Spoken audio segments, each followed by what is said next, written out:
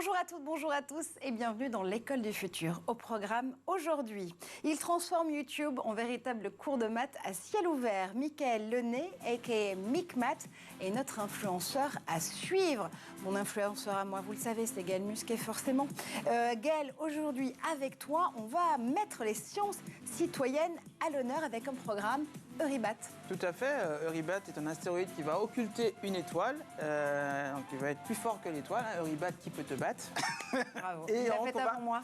occulter pendant quelques secondes cette étoile. Et donc c'est cette occultation qui va être observée par des centaines de personnes. Observation des étoiles à venir avec Gaël, comme toujours. Notre question aujourd'hui, une tech plus éthique, plus inclusive, plus éco-responsable. Vous en rêvez ?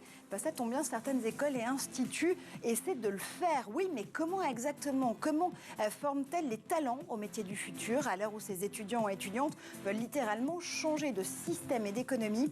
École tech responsable, oui, mais certainement pas coupable. On en parle avec Muriel Toiti. Muriel, vous êtes partenaire éducation, recherche et innovation pour le groupe OnePoint et vous présidez l'Institut OnePoint.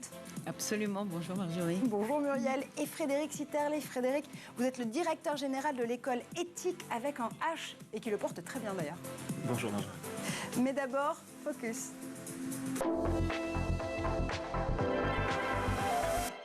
Le calcul vous divise. Vous avez toujours voulu connaître la vérité sur les tables de multiplication sans jamais avoir osé le demander. Pas de panique, Michael Lenné a forcément la réponse. Ça se passe sur YouTube. Édouard Deniau nous emmène dans l'univers de MicMath.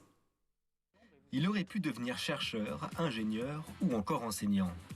Michael Lenné est un mathématicien français de 38 ans. Diplômé de l'école normale supérieure et docteur en mathématiques après une thèse sur les probabilités, il choisit de toucher le plus grand nombre et lance son site internet MicMath en 2007. Son ambition d'alors est de proposer une approche des maths différente de celle traditionnellement enseignée à l'école. En 2013, il lance sa propre chaîne YouTube avec pour ambition de vulgariser les mathématiques et surtout, comme il le dit lui-même, de faire découvrir à tous ce monde merveilleux. Dans son style bien particulier, Michael Lenné passe en revue tout ce que peuvent offrir les mathématiques. Des théories de culture générale aux grands problèmes de maths en passant par les équations. Ces derniers jours, on a vu ressurgir sur les réseaux sociaux un calcul qui fait débat. Alors celui-ci ou l'une de ses variantes, en tout cas, les gens ne sont pas d'accord sur les résultats. Et vous pouvez prendre un peu de temps pour y réfléchir si vous voulez. Grosso modo, il y a deux façons d'aborder le calcul. On peut soit d'abord calculer cette partie qui fait 2 fois 3, donc 6, puis ensuite calculer 6 divisé par 6 qui donne 1. Ou alors, calculer d'abord 1 plus 2 et puis prendre les opérations qui restent de gauche à droite. Et on a donc 6 divisé par 2 qui donne 3 et 3 fois 3, 9. Alors 1 ou 9, quel est le bon résultat ? Il s'agit d'un problème de priorité des opérations. La question c'est dans quel ordre est-ce qu'il faut faire le calcul ? Aujourd'hui, avec plus de 500 000 abonnés et près de 45 millions de vues, Michael Lenné s'est imposé comme l'un des vulgarisateurs mathématiques de référence. Et il a réussi son pari, celui de partager ses connaissances avec le plus grand nombre. Allez, le compte est bon. Nous, on ouvre la toute première partie du talk avec nos invités du jour, Muriel Toiti et Frédéric Sitterlé.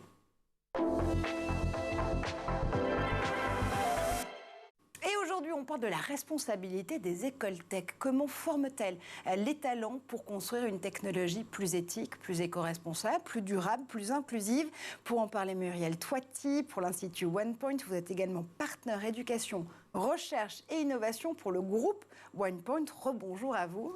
Bonjour Marjorie, ravie d'être là.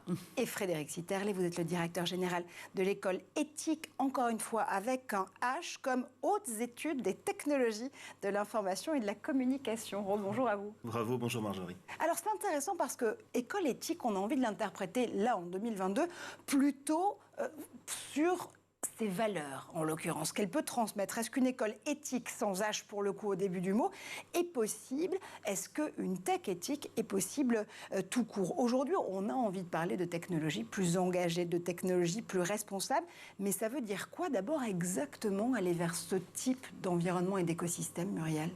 Ça veut dire qu'on n'a pas le choix déjà, et que ça se révèle à nous comme une évidence, j'allais presque dire.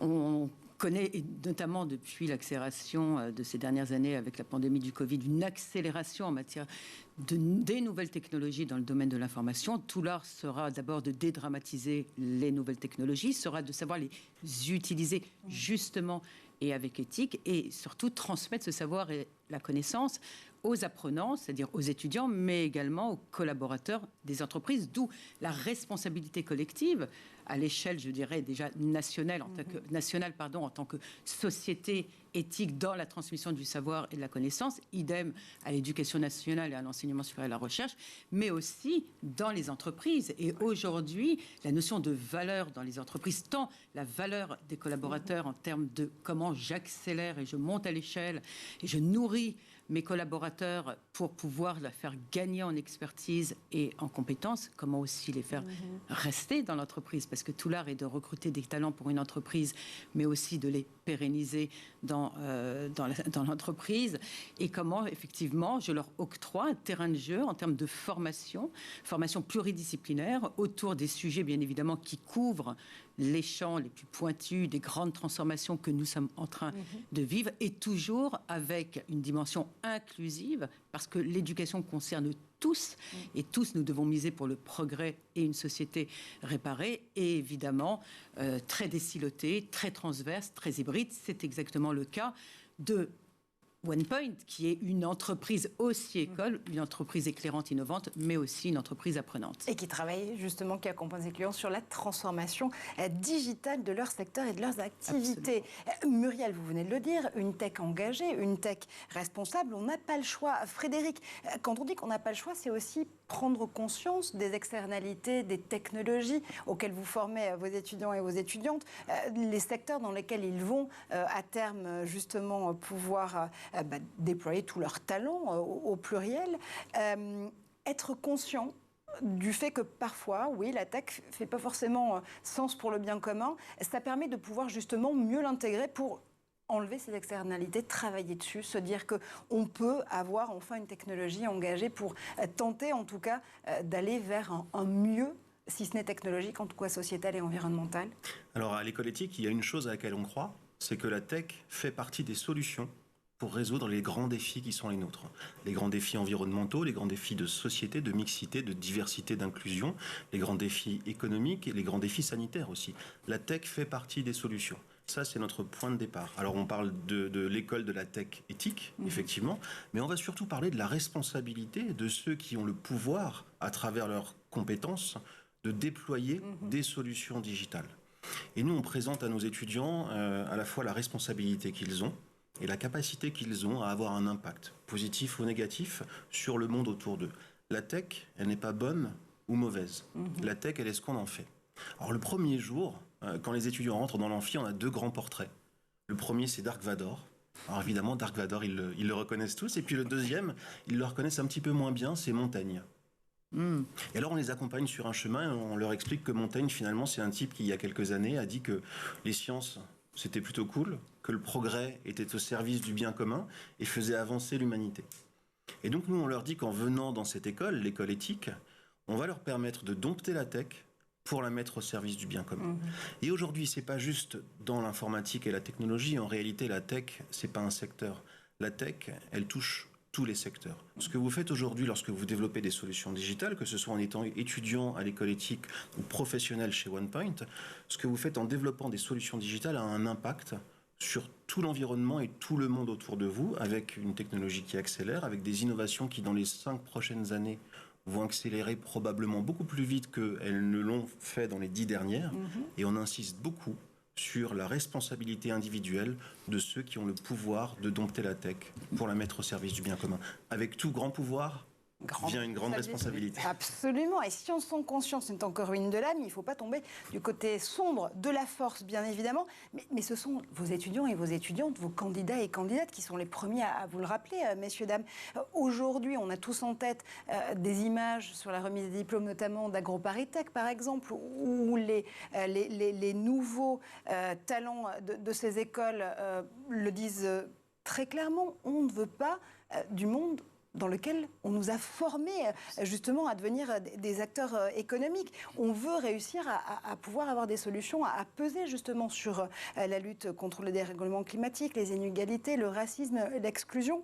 C'est un impératif aujourd'hui pour des écoles et des instituts comme les vôtres de se mettre au diapason de cette demande. C'est majeur. Et je rejoins ce que disait Frédéric tout à l'heure.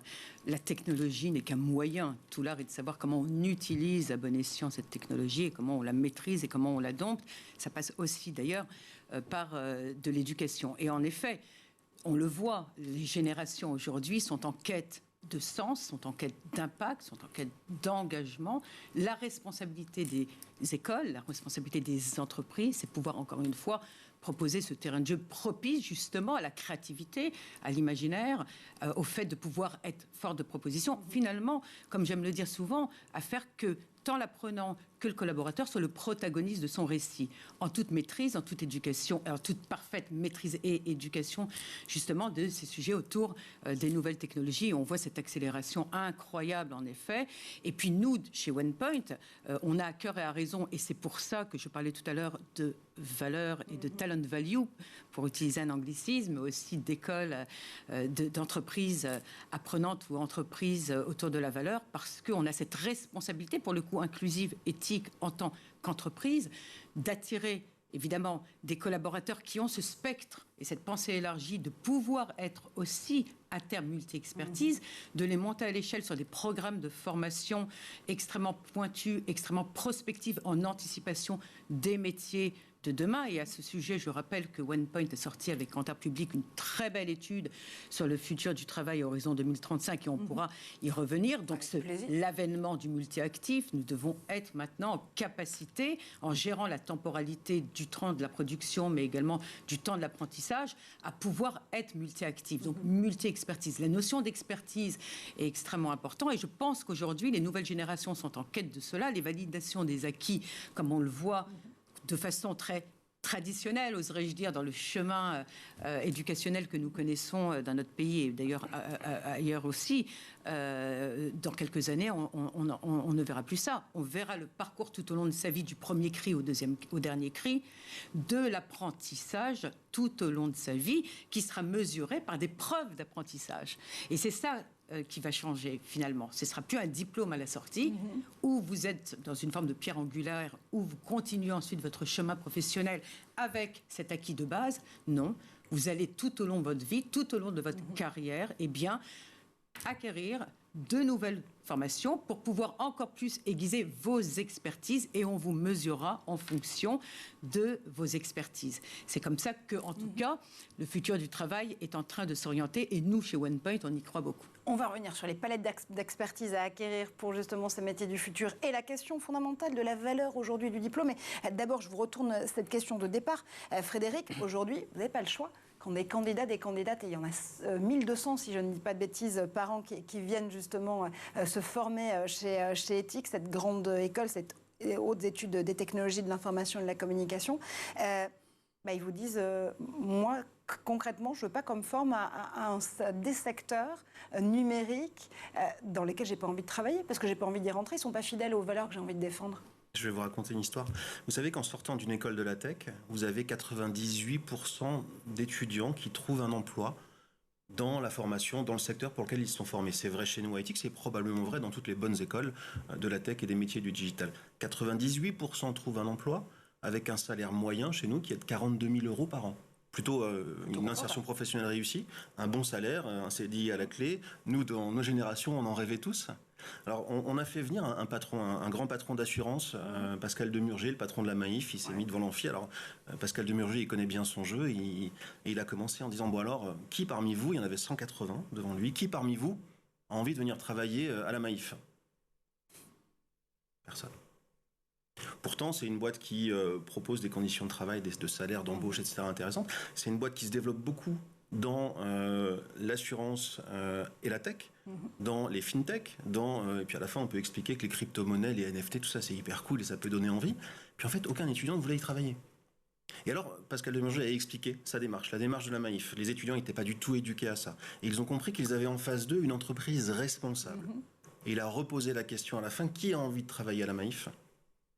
les mains se sont levées massivement parce qu'en fait, ces étudiants-là ne cherchent pas un emploi. Ils auront un emploi quoi qu'il arrive.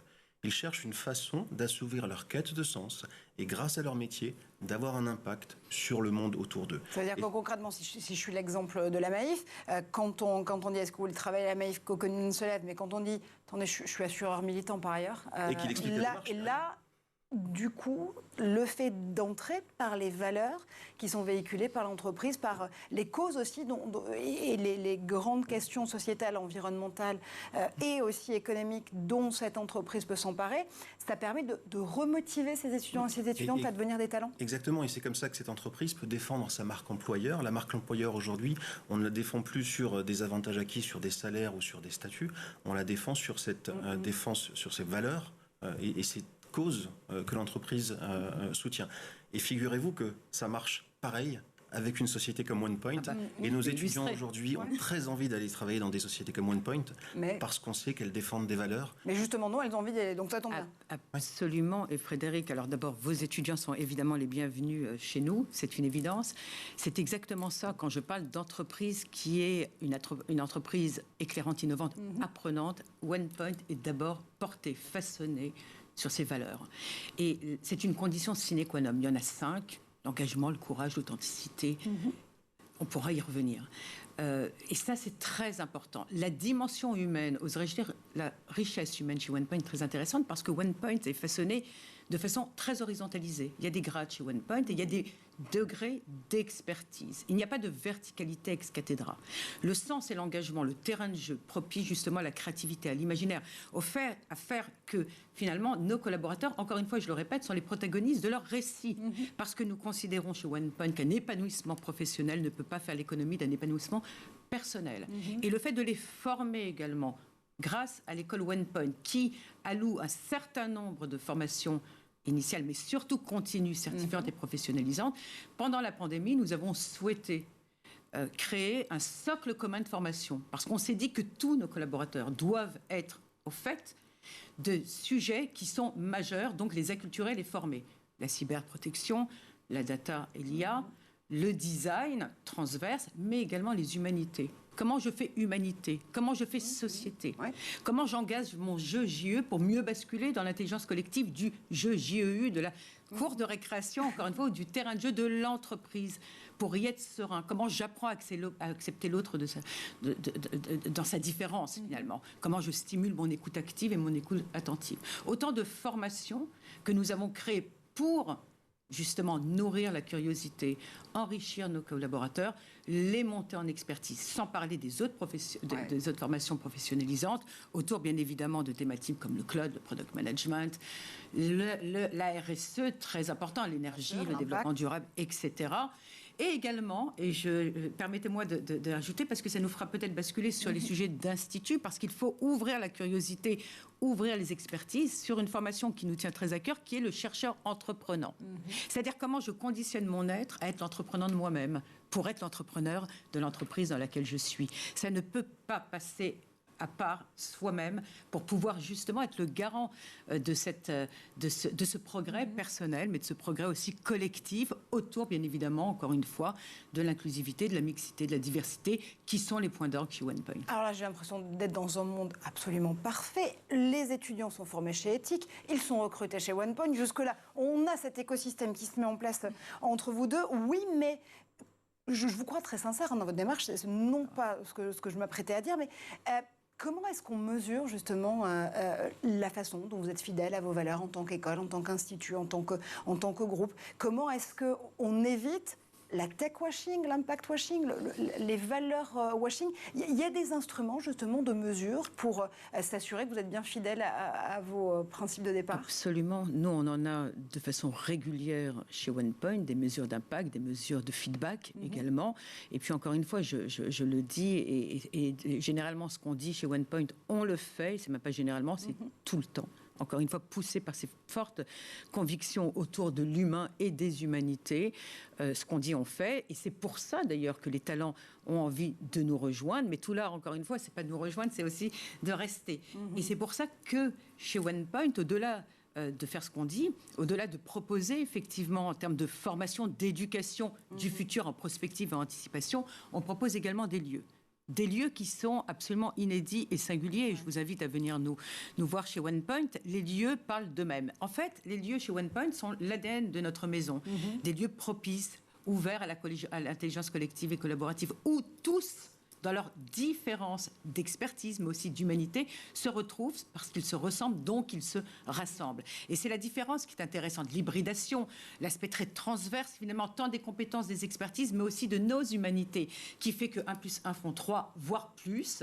Et ces terrains encore une fois, de jeu, qui sont nos lieux, qui sont absolument exceptionnels, parce que David Layani, qui est un visionnaire, qui est patron de OnePoint. Je peux dire explication de texte pour ceux qui nous regardent. Absolument, notre président fondateur a tout de suite compris qu'à l'ère justement de la dématérialisation pendant la Covid, il fallait matérialiser pour accompagner et pour donner à nos collaborateurs tous les moyens pour qu'ils puissent, encore une fois, s'épanouir. Que ce soit à Paris, que ce soit dans toutes nos régions en France, et que ce soit également d'ailleurs à Bordeaux, où nous sommes en train de bâtir à horizon 2025 un écosystème vertueux aussi, avec 3000 m² qui sera dédié à l'école OnePoint, donc 30 000 m² à Bordeaux, parce que nous allons là où les talents sont et nous voulons créer des écosystèmes vertueux, transverses, hybrides, pour répondre aux enjeux de la société, aux enjeux de la croissance et du marché, et donc générer aussi des emplois. Les talents sont partout, on l'a bien compris très rapidement avant de partir faire un tour du côté de la planète tech. Comment est-ce qu'on mesure au sein de l'école éthique justement ce feedback, ce retour ? Éthique a dans son ADN une pédagogie par projet. Apprendre à apprendre, c'est essentiel chez nous. Ces projets aujourd'hui sont tous orientés à impact. 100% des projets développés par les étudiants sont des projets à impact. Alors ça, c'est une posture. Compter sur les étudiants en face pour être extrêmement réactifs, attentifs. Et les étudiants sont les premiers à nous rendre vigilants sur ces notions d'impact. Alors d'abord, on se l'applique à nous-mêmes. On mesure aujourd'hui notre impact. On essaie de diminuer notre impact carbone et d'augmenter notre empreinte de mixité. On fait ça avec une société partenaire qui s'appelle Mixity. On travaille avec une société qui s'appelle Plan A. Et on a un objectif de neutralité carbone du campus à terme. Et ces projets ont été proposés et poussés et sont animés aujourd'hui systématiquement par les étudiants eux-mêmes. Donc vous n'avez pas le choix. Et si vous voulez une entreprise continuer à attirer les talents, si vous voulez pour une école continuer à attirer les candidats, vous n'avez pas le choix, ce sont eux qui vous poussent à cela. Allez, vous n'avez pas le choix, moi non plus, il faut qu'on fasse vraiment un tour dès maintenant du côté de la planète tech. Le Zap, c'est le Zap tout de suite d'Edouard Degnaud.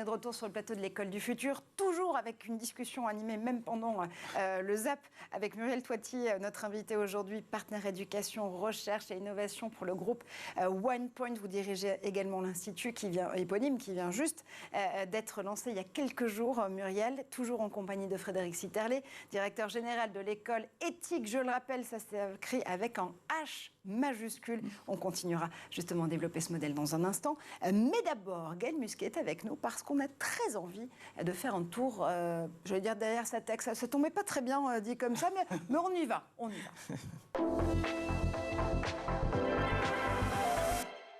Mais parce qu'on a envie quand même parfois d'être un peu Gaël Musquet, de pouvoir comprendre ce qui t'inspire. Et aujourd'hui, en tout cas cette semaine avec nous, ce qui t'inspire, c'est l'astronomie. On part toujours dans l'espace comme on l'a fait hier. Cette fois-ci, on revient sur les astéroïdes et la mission DART dont on avait parlé d'ailleurs ici dans cette émission. Tout à fait. Donc après cette mission DART là, qui a percuté cet astéroïde Dimorphos le 26 septembre dernier, Macronique sur la sonde Lucie qui va faire tout un périple pour aller observer une demi-douzaine d'astéroïdes. On revient sur Terre pour observer l'occultation de l'astéroïde Eurybat. C'est une micro-éclipse qu'on va avoir l'opportunité d'observer avec plusieurs centaines d'amateurs qui vont entre le 22 et le 23 octobre à 4 h du matin. Oui, c'est tôt. Oui, il faut être motivé. Il faut être motivé pour faire observer. Un petit peu plus frais que ce matin. Il y a 10 degrés ce matin. Je pense qu'il fera un peu plus frais le 23 octobre prochain. Mais c'est important pour affiner la trajectoire en fait, de cet astéroïde, en déterminer même la forme, si on est assez nombreux, et qui sait... peut-être confirmer ce qui a été découvert en 2020, à savoir que cet astéroïde, Eurybat, a un petit satellite qui s'appelle Quetta. Et alors, de quoi est-ce qu'on a besoin, justement, pour pouvoir observer à 4 h du matin, dans le froid le plus complet, cette observation? On a besoin forcément d'une doudoune, mais de quoi avec? On va avoir besoin, minima, d'un appareil photo équipé d'un téléobjectif pour, en fait, photographier cette zone du ciel, puisque on a une étoile cible qui est de magnitude 8, à peu près. Donc, on peut utiliser soit cet appareil photo avec un téléobjectif, une lunette astronomique ou un télescope et une caméra astronomique. Pour les plus chanceux, on peut utiliser un télescope automatisé unistellar. Étoile cible. Simplement. Simplement, bien sûr. Les moyens. On a toujours ça sous la main. Ceux qui ont les moyens, Unistellar organise d'ailleurs des ateliers pour pouvoir observer cette occultation. Et l'étoile cible dont on parle, c'est HD 51593 qui est dans la constellation des Gémeaux. C'est une étoile qui est invisible à l'œil nu. Donc, on ne peut pas observer cette occultation, malheureusement, à l'œil nu. Donc, il faut des instruments, même modestes, pour pouvoir observer l'occultation. On aura besoin aussi du temps, alors précis, parce qu'il faut être à la bonne heure en position et corréler ce temps de disparition de l'étoile avec la position géographique où on se situe, puisque cette occultation a commencé en France à environ 4h03 du matin. Et pour les personnes qui veulent aller encore plus loin, puisqu'on voit toute une diagonale de l'Espagne à la Finlande, toute une zone sur laquelle on va pouvoir vraiment observer cette occultation. Ceux qui veulent aller encore plus loin peuvent utiliser un logiciel comme Tangra qui va permettre vraiment de faire des courbes d'occultation et donc de calculer précisément le temps qu'aura mis cet astéroïde pour effacer pendant quelques secondes cet astéroïde. L'objectif, c'est de collecter un maximum d'observations, de les analyser. Et on a déjà à date plus de 370 personnes qui seront présentes en théorie, en espérant que la météo soit clémente, alors pas que froid, mais qu'il n'y ait surtout pas de nuages pour pouvoir observer cette occultation. Et pourquoi est-ce qu'on a besoin d'autant d'observateurs et d'observatrices? Parce qu'on parle de corps célestes qui sont très petits. On a ces astéroïdes qui sont en très petite taille, qui ont une luminosité qui est vraiment très faible, et on a des incertitudes sur la trajectoire de cet astéroïde. Or, comme je vous l'ai dit dans le début de la chronique, on a cette sonde Lucie qui va refaire un petit tour autour de Eurybat en 2027 pour pouvoir observer de manière plus précise à la fois cet astéroïde et son potentiel et son satellite, Quetta. Et donc pour faire ça, la NASA a besoin d'informations qui lui permettent de calculer au mieux la trajectoire de l'astéroïde pour pouvoir affiner les trajectoires évidemment de la sonde. On pourrait penser que les grands observatoires qu'on a lancés, Hubble, que le James Webb Telescope, ou des gros observatoires pourraient jouer aussi à plein, mais malheureusement, ils ne sont pas sur la trajectoire en question. Ils sont très lourds, on ne peut pas les déplacer, hein, ces grands observatoires, ils sont très occupés aussi. Donc c'est vraiment là, en l'occurrence, une belle illustration qu'on a toujours besoin de plus petits que soi. Là, en l'occurrence, ces observateurs amateurs vont être vraiment une mine d'or pour les astronomes, les astrophysiciens qui permettront d'affiner cette trajectoire de la sonde. Et donc, je donne rendez-vous sur le site de l'Association française d'astronomie qui a une page dédiée. On peut s'inscrire, avoir un certificat d'observation. On a vraiment une belle opportunité de s'amuser en faisant de la science. On parlait de valeurs, de terrain de jeu. Là, on en a un à ciel ouvert, pour peu qu'il n'y ait pas de nuages, évidemment, et le moins de pollution lumineuse, d'illustrer qu'on peut apprendre, qu'on peut transmettre en s'amusant. Eurybat, l'astéroïde justement à observer, ce sera pour le 23 octobre prochain. Vous pouvez donc vous inscrire sur le site qui vous est indiqué par Gaël. Merci infiniment, dis donc, pour nous avoir mis la tête dans les étoiles. On continue à avoir la tête dans les étoiles dans un instant avec la deuxième partie de notre discussion, parce qu'on va essayer de comprendre ensemble comment est-ce qu'on peut construire cette technologie et ce secteur plus durable, plus éco-responsable, inclusif et éthique, avec les écoles et les instituts qui forment les talents.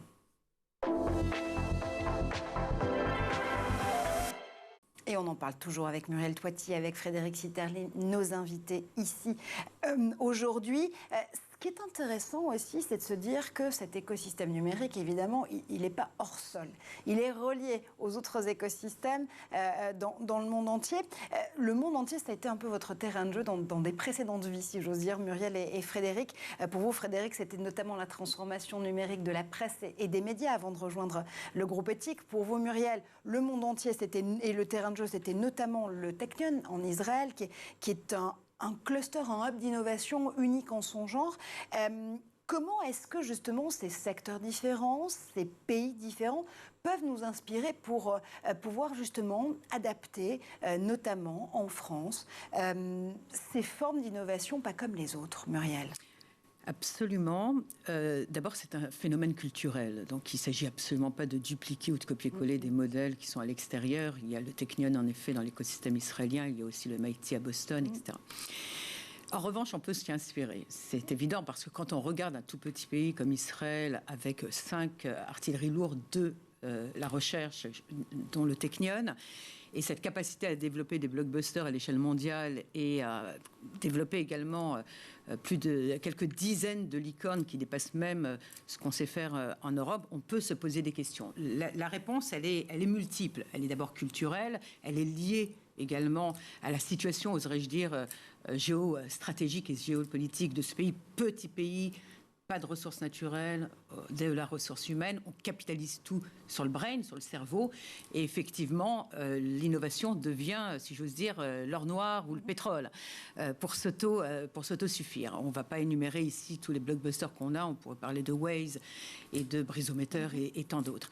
Vous l'avez dit, en fait, je pense qu'un des secrets, c'est cette capacité intrinsèque à pouvoir culturellement bâtir des écosystèmes horizontalisés, vertueux, qui imbriquent finalement la recherche avec le monde de l'entreprise, avec le monde de l'innovation, avec le monde des grands groupes. Et ce n'est pas anodin si, dans ce petit pays, à proximité justement du Technion, les grands groupes internationaux ont choisi de positionner leur R&D, d'abord parce qu'ils savent qu'ils peuvent recruter les ingénieurs du Technion, et deuxièmement, ils savent qu'au Technion, on sait faire de la recherche fondamentale qui glisse très rapidement à la recherche appliquée, donc en solutions industriel pour amener sur le marché. Et ce triptyque, oserais-je dire, gagnant, est extrêmement regardé. En France, on a une recherche d'exception. On devrait être beaucoup plus compétitif et être dans les premiers rangs des nations autour de l'innovation et du développement, effectivement, de licornes. Moi, je pense qu'en France, on a ce besoin ardent de rapprocher le monde de la recherche avec le monde de l'entreprise. Encore une fois, on parlait de complémentarité tout à l'heure, c'est exactement ça. Ce n'est pas chose simple parce qu'on traite des humanités, des individus, et on le dit, c'est un parcours toujours assez complexe, mais avec ça tout à fait faisable. C'est ce qu'on s'attelle à faire dans le cadre de l'Institut OnePoint. Comment j'enrichis finalement le modèle d'un cabinet conseil qui est beaucoup plus que ça, OnePoint. OnePoint n'est pas qu'un cabinet conseil, vous l'avez compris, il est pluridisciplinaire et transverse. Mais en revanche, comment j'enrichis effectivement le modèle à un modèle valeur? Comment je suis en capacité, dans le cadre de l'Institut OnePoint, de recruter des chercheurs avec une culture d'entrepreneur? Parce que pour façonner des postures d'entrepreneurs, il faut d'abord être entreprenant, si j'ose dire, dans son être. Donc, comment je recrute des chercheurs, comment je fais des laboratoires communs, je développe des laboratoires communs avec les meilleurs de notre écosystème académique, et je pourrais citer des exemples, et comment je fais travailler ensemble ce beau monde dans l'entreprise, la recherche avec le monde de l'entreprise pour développer des solutions qui répondent aux besoins du marché et de la société. Avant de citer des exemples, on rappelle que justement, on parlait notamment de ces modèles d'innovation, d'incubation, de hub, de clusters qui viralisent là aussi le développement de ces entreprises et l'innovation tout court avec Koussevanek pour Oratech et avec Jean-Michel Dalle pour Agora 9. C'était tout juste hier dans l'école du futur. Frédéric, je voudrais avoir votre regard aussi parce qu'évidemment, vous connaissez très bien ces territoires différents d'innovation. Vous avez benchmarké évidemment la plupart d'entre eux, notamment pour vos activités précédentes. Si on les réadapte justement au domaine de l'éducation qui est votre passion et métier aujourd'hui, qu'est-ce que ça nous dit de la façon dont on peut justement inverser la vapeur, notamment dans l'enseignement supérieur de la tech en France? L'éducation en France est en train de vivre sa transformation digitale. Comme d'autres secteurs, la musique, la presse, l'audiovisuel l'ont vécu avant. On est à un moment clé, un moment d'accélération de cette transformation digitale. Le journaliste Éric Le Boucher, dans Les Échos, dans un numéro anniversaire, a rédigé une chronique fiction qui nous projetait en 2030 et qui nous expliquait comment en 2030, les écoles de Saclay rachetaient le journal Le Monde pour réagir au rachat récent du Figaro par Sciences Po. Et il déroule sa fiction en expliquant que finalement, une école et un média ont le même objectif. Former, informer, faire grandir, et cela pas seulement dans la formation initiale, mais comme nous à Ethic nous le faisons et comme vous le faites chez OnePoint tout au long de la vie, et quoi de mieux qu'un média pour accompagner et former tout au long de la vie. Et de cette chronique est née ma passion pour l'éducation finalement. J'ai eu la chance, la tech mène à tout, je suis diplômé d'une école de la tech et j'ai eu la chance de diriger la transformation digitale du Figaro, puis du magazine Challenge. Et on s'est rendu compte qu'il ne suffisait pas pour faire évoluer le Figaro de prendre l'équivalent du contenu papier et de le mettre sur un écran. On a créé une nouvelle forme d'écriture, une nouvelle forme de médias et une nouvelle forme de consommation. Alors la transformation digitale du monde de l'éducation, c'est la même chose. On ne va pas juste mettre en ligne des cours qu'on aurait pu avoir en physique dans un amphi. Si on fait juste ça, on n'a rien fait. Des cours en ligne, c'est des cours enrichis. C'est des cours qui vous permettent d'aller plus loin, d'aller au-delà et de développer de nouvelles modalités d'enseignement, de transmission de compétences et de savoir. C'est aussi l'occasion d'ouvrir cet accès aux compétences à un public plus large, alors que ce soit géographiquement. On peut parler de région, de Paris, on peut parler d'international, on peut parler de... Grâce à la digitalisation et aux nouveaux modèles pédagogiques, on peut rendre l'éducation accessible à un plus grand nombre. Et je crois que l'une des missions fondamentales du groupe Galileo, dont Ethic fait partie, est de rendre cet accès à l'éducation supérieure et donc à l'employabilité accessible au plus grand nombre. Géographiquement, mais aussi en termes de mixité, de diversité, on a dans nos écoles aujourd'hui des jeunes qui n'avaient pas forcément comme option de faire des études supérieures. Et de démarrer une carrière. Nous, notre promesse, c'est de prendre les jeunes là où ils sont et de les emmener vers l'emploi immédiat, mais vers l'employabilité durable aussi. Et ça, c'est grâce à tous les outils digitaux. C'est ce qu'on appelle la digitalisation chez nous, d'une part, et puis l'hybridation, le mélange des compétences entre les différentes écoles du groupe Galileo, qui se fait à travers la digitalisation, qui permet de déployer un nouveau modèle et d'offrir des chances à un public beaucoup plus large, et donc d'avoir des opportunités de mixité, de diversité et d'inclusion grâce à la tech. Mais ce qui est extrêmement intéressant, c'est que Ethic, notamment, si je ne m'abuse, a été créé en 2002, donc ça fait 20 ans en réalité que vous creusez ce sillon et que vous essayez d'inverser. Là aussi, la vapeur en matière d'éducation, c'est une mue qui s'est donc installée depuis longtemps, en tout cas au sein du groupe Galileo. D'ailleurs, vous vous autoproclamez incubateur de talents depuis 20 ans. Vous ne parlez pas d'une pédagogie, mais des termes clairs. Si une école ne change pas la vie des gens, elle ne sert à rien. Donc, comment est-ce que justement on accompagne ceux que vous appelez des makers, même pas des étudiants et des étudiantes, vers l'emploi ? C'est un vocabulaire qui vous parle forcément, Muriel, parce que c'est celui de la start-up par excellence. C'est complètement... je rejoins parfaitement ce que dit Frédéric. D'ailleurs, un autre dénominateur commun entre nous, au-delà des valeurs et de ce que vous produisez, ce que nous faisons également chez OnePoint, c'est que nous fêtons nos 20 ans aussi cette année, puisque nous sommes nés Joyeux anniversaire en 2002, voilà. Tu fêtes pas tes 20 ans, Gaël, par hasard? Non, on a fêté sur ce plateau mes 42, il n'y a pas longtemps. J'ai pas donné l'âge la dernière fois. Tu peux le laisser croire aux gens que t'as encore 20 ans. Et puis, ce que disait Frédéric est très intéressant en matière, évidemment, d'inclusion, de diversité, de mixité, c'est aussi comment je fais en sorte, moi, école ou moi, entreprise, d'attirer aussi les jeunes filles vers la tech. Et là, il y a une vraie responsabilité, un vrai enjeu, puisqu'on parle d'employabilité, on parle de croissance, on parle de talent, les talents dans leur diversité. Comment je fais en sorte de féminiser un peu plus les métiers de la tech? Et le travail, me semble-t-il, doit être fait bien en amont de l'école supérieure, il doit être fait à l'éducation nationale et dès la maternelle, voire la primaire, commencer à bien faire comprendre que finalement la technologie est une histoire universelle, l'éducation est le ciment de l'humanité et que les jeunes filles doivent aussi raisonner valorisation, performance d'elles-mêmes autant et non pas parfois au regard de ce qu'on véhicule dans les archétypes de la société et bien de la sous-valorisation dans les métiers de la technologie. Et pour abonder justement sur cet argument avec vous, Muriel, je vais vous redonner quelques chiffres sur la mixité dans les métiers de la tech. Visiblement, les années passent, mais se ressemblent en la matière. Il y a une étude du Boston Consulting Group qui a été publiée en 2020 qui revient sur ces chiffres. 15% des data scientists dans le monde sont des femmes, sauf qu'au départ, elles représentent 35% des étudiants en sciences, en technologie, en ingénierie et en mathématiques. Et puis en France, pour être beaucoup plus hexagonal, les femmes, elles ne représentent que 17% des diplômés du numérique qui exercent dans le secteur. Ça, c'était une étude de février dernier pour Gender Scan. Gaël, on a, comme ça sans transition. Il n'y a pas de problème. Pour rebondir sur ce qui a été dit, en gros, on a... sur les enfants que j'ai eu l'occasion de recevoir à l'Observatoire de Vernon, une génération qui est inquiète. J'entends souvent, d'ailleurs, quand je m'adresse à des écoles, que ce n'est pas leur cible. Ces collégiens, ces enfants qui sont en école maternelle ou en école primaire. Que moi, ils sont beaucoup plus petits, les tiens, que ceux de Frédéric, en l'occurrence, beaucoup plus petits.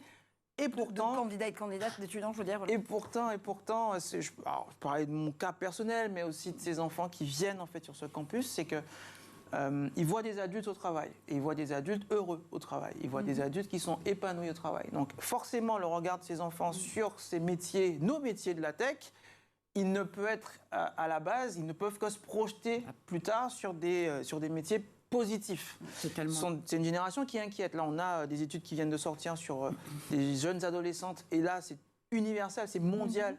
Qui mettent fin à leur jour ou tentent de mettre fin à leur jour parce qu'elles n'ont pas forcément de perspective. Et on cherche encore les raisons universelles post-Covid qui poussent ces jeunes adolescentes à ne plus avoir d'espoir. Il est très important en fait que, à la fois sur les stages de découverte de troisième, on parlait d'une chose très simple, mais sur ces stages-là, par exemple, on a énormément d'enfants qui n'ont pas accès à ces stages. Ouais. Qui n'ont pas accès à ces entreprises. Parce qu'ils n'ont pas les réseaux, parce qu'ils n'ont pas les parents n'ont pas les réseaux qui permettent d'accéder à ces stages de troisième.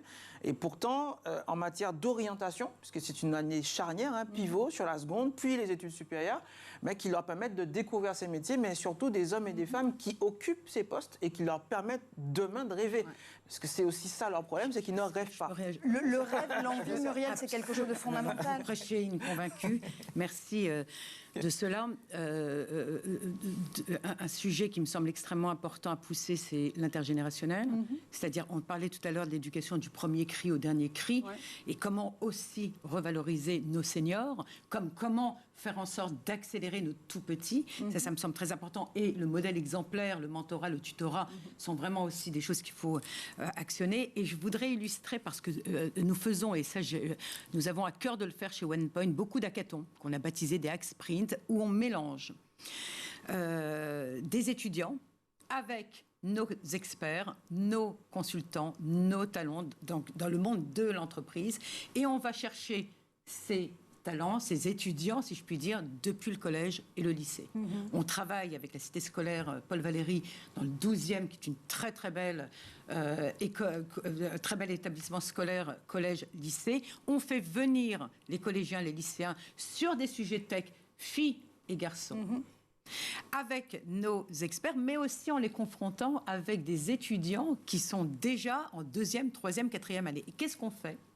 En mise en situation, en improvisation, on inverse la mécanique. C'est-à-dire que le temps d'un moment, les petits deviennent les sachants et les plus grands deviennent les apprenants. Donc on fait ce qu'on appelle la classe inversée ou renversée, qui met en position de responsabilité, mais aussi d'audace, d'agilité, de prise de risque, les tout petits, à devenir finalement ces entreprenants d'aujourd'hui et de demain sur des sujets de technologie. Et c'est comme ça qu'effectivement, on dédramatise aussi, parfois, chez les jeunes filles, la technologie. Attention, je crois que Gaëlle va vous rejoindre pour le prochain hackathon. Je sens qu'il y a très envie de joie, venir là aussi faire de la classe inversée et de hacker tout ça avec vous.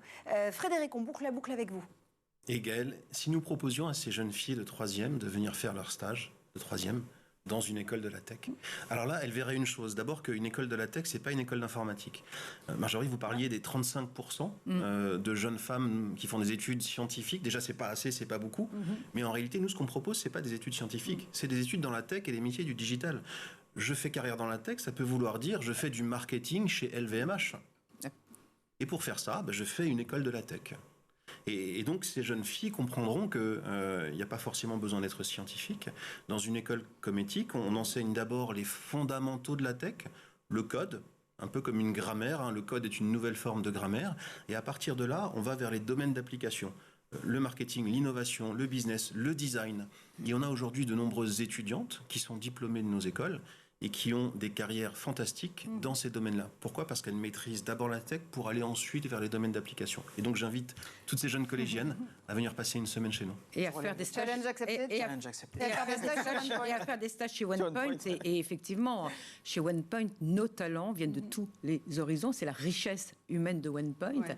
Et au-delà de venir de tous les horizons, on a aussi des gens qui viennent de Sciences Po, qui font de la géopolitique, de l'ethnologie, de l'anthropologie, qui font de la recherche, mais qui sont aussi tech. Et comme la technologie est universelle et transverse, donc tout est relié ensuite. Une tech inclusive, vous le voyez, vraiment on inclut tout le monde. En tout cas, inclusive, éco-responsable et éthique, ça, elle nous le dira dans le futur si cette tech répond à ses valeurs. En tout cas, on a essayé aujourd'hui de vous montrer comment un écosystème peut se composer littéralement en une émission sur ce plateau. Merci évidemment à vous, Muriel Toiti, pour l'Institut OnePoint et pour OnePoint tout court. Merci à Frédéric Sitterlé pour l'école éthique. Merci à Gaëlle Musquet, comme toujours. Je vous laisse vous arranger après l'émission. Qui fait les conventions de stage pour qui, tout ça. Nous, on se retrouve demain, en tout cas, dans l'école du futur.